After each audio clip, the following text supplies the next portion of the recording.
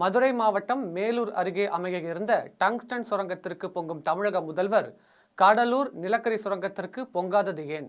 மேலூருக்கு ஒரு நீதி, கடலூருக்கு ஒரு நீதியா என்று பாமக உள்ளிட்ட அரசியல் கட்சிகள், விவசாயிகள், பொதுமக்கள், சுற்றுச்சூழல் ஆர்வலர்கள் எழுப்பியுள்ள பல்வேறு கேள்விகள் குறித்து விளக்குகிறது இந்த செய்தி தொகுப்பு. மதுரை மாவட்டம் மேலூரை அடுத்த அரிட்டாப்பட்டி பகுதியில் டங்ஸ்டன் சுரங்கம் அமைக்க அனுமதிக்க மாட்டேன், அவ்வாறு அமையும் நிலை வந்தால் பதவியில் இருந்து விலகி விடுவேன் என்று முதலமைச்சர் மு.க.ஸ்டாலின் பேரவையில் அறிவித்திருக்கிறார்.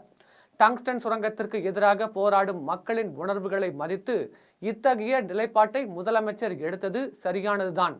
ஆனால் கடலூர் மாவட்டத்தில் லட்சக்கணக்கான குடும்பங்களின் வாழ்வாதாரத்தை பறிக்கும், சுற்றுச்சூழலை சீரழிக்கும் என்எல்சி சுரங்கத்திற்கு எதிராக இதே உணர்வை முதலமைச்சர் மு.க.ஸ்டாலின் வெளிப்படுத்தாதது கடலூர் மக்களுக்கு அவர் இழைக்கும் துரோகத்தையும் இரட்டை வேடத்தையும் அம்பலப்படுத்தியுள்ளது. வேளாண் நிலங்களுக்கு, சுற்றுச்சூழலுக்கும் பாதிப்புகளை ஏற்படுத்தும் எந்த திட்டத்தையும் தமிழ்நாட்டில் செயல்படுத்தக்கூடாது என்பதுதான் தமிழக மக்களின் வேண்டுகோளாகவே உள்ளது.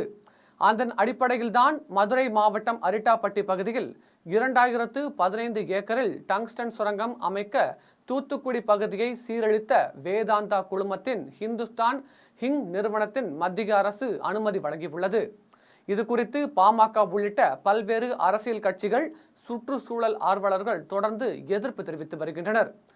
இந்த திட்டத்திற்கு தொடக்கத்தில் ஆதரவாக இருந்த திமுக அரசு மக்களிடம் எதிர்ப்பு எழுந்தவுடன் அதற்கு எதிர்ப்பு தெரிவித்தும் தற்போது அம்பலமாகியுள்ளது. தமிழக மக்களிடம் போராட்டத்தின் வாயிலாக தான் டங்ஸ்டன் சுரங்கத்தை விரட்டியடிக்க முடியும் என்றால் 15 ஆண்டுகளுக்கு முன்பு தூத்துக்குடி மாவட்டத்தில் 10,000 ஏக்கரில் அமைக்கப்படவிருந்த டாடா டைட்டானியம் ஆலைக்கு எவ்வாறு முற்றுப்புள்ளி வைக்கப்பட்டதோ அதேபோல் மக்களின் மாபெரும் போராட்டங்களின் மூலம்தான் சாதிக்க முடியும் என்கிற நிலை உருவாகி உள்ளது. இந்த நிலையில் டங்ஸ்டன் சுரங்கம் விவகாரத்தில் திமுகவின் இரட்டை வேடம் அம்பலமானவுடன் நிலைமையை சமாளிக்க என்னையும் மீறி டங்ஸ்டன் சுரங்கம் அமைக்கப்பட்டால் முதலமைச்சர் பதவியில் இருந்தே விலகி விடுவேன் என ஆவேசம் காட்டிய முதலமைச்சர் மு.க.ஸ்டாலின் அவர்கள் நெய்வேலியில் நிலக்கரி சுரங்கம் அமைப்பதற்காக பல்லாயிரக்கணக்கான மண்ணின் மைந்தர்களின் நிலங்கள் வலுக்கட்டாயமாக பறிக்கப்பட்ட போது அதை தடுக்காமல் வேடிக்கை பார்த்து கொண்டிருந்தது ஏன் என்ற கேள்வியை கடலூர் மாவட்ட மக்கள் எழுப்பியுள்ளனர். அது மட்டுமின்றி மத்திய அரசை எதிர்ப்பதுதான் நமது முதன்மை பணி என்று கூறிக்கொண்டிருக்கும் முதலமைச்சர் மு.க.ஸ்டாலின் நிலக்கரி சுரங்க விவகாரத்தில் மட்டும் என்எல்சி நிறுவனத்துடன் கூட்டணி அமைத்துக் கொண்டு கதிர் விடும் நிலையில் இருந்த நெற்பயிர்களை வயலில் எந்திரங்களை இறக்கி கருவுற்ற தாயை கொலை செய்வது போன்று அளித்தது ஏன் என்று விளக்க முடியுமா? ஆனால் நெய்வேலி நிலக்கரி நிறுவனத்தின் புதிய சுரங்கம் மற்றும் சுரங்க விரிவாக்கத்திற்கு நிலம் எடுக்கும் விவகாரத்தில் மட்டும் பெரு நிறுவனத்தின் முகவராக மாறி மக்கள் மீது அடக்குமுறையை கட்டவிழ்த்து விடுவது ஏன் என்ற கேள்வியை பாமக உள்ளிட்ட பல்வேறு அரசியல் கட்சிகள் கேள்வியாக எழுப்பியுள்ளது. முதலமைச்சர் மு.க.ஸ்டாலின் அவர்களுக்கு கடலூர் மாவட்ட மக்கள் மீதும் அவருக்கு அப்படி என்ன வன்மம்? கடலூர் மாவட்டமும் அவரது அதிகார வரம்புக்குள் தான் வருகிறது என்பதை முதலமைச்சர் மு.க.ஸ்டாலின் மறந்துவிட்டாரா? தமிழ்நாட்டில் அனைத்து நிலம் எடுப்பு முயற்சிகளையும் விட முதலில் எதிர்க்கப்பட வேண்டியது என்எல்சி சுரங்கத்திற்காக நிலம் கையகப்படுத்தும் திட்டம்தான்.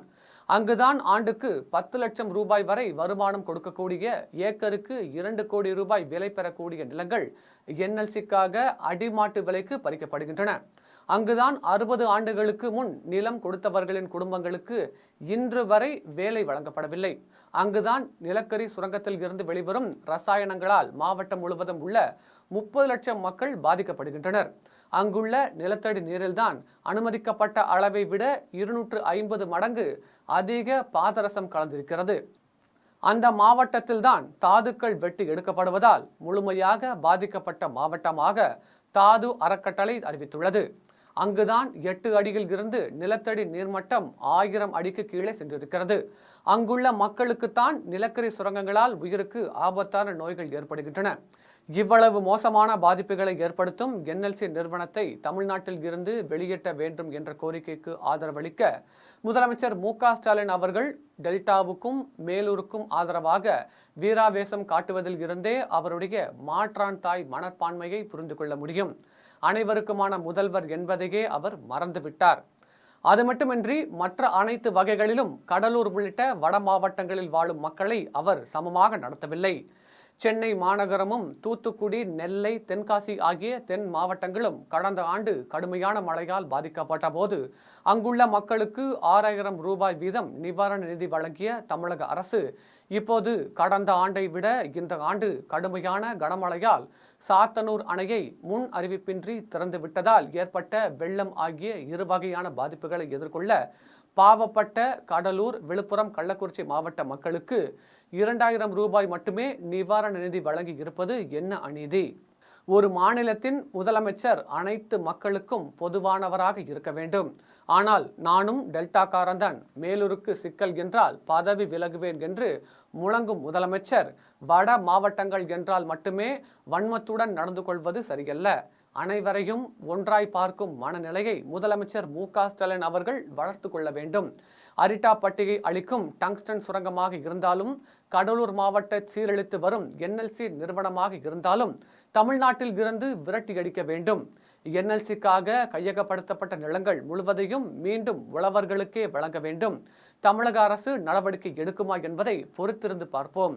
ஜெம் டிவி செய்திகளுக்காக சிறப்பு செய்தியாளர் விஜயபாலனுடன் செய்தியாளர் பிரகாஷ்.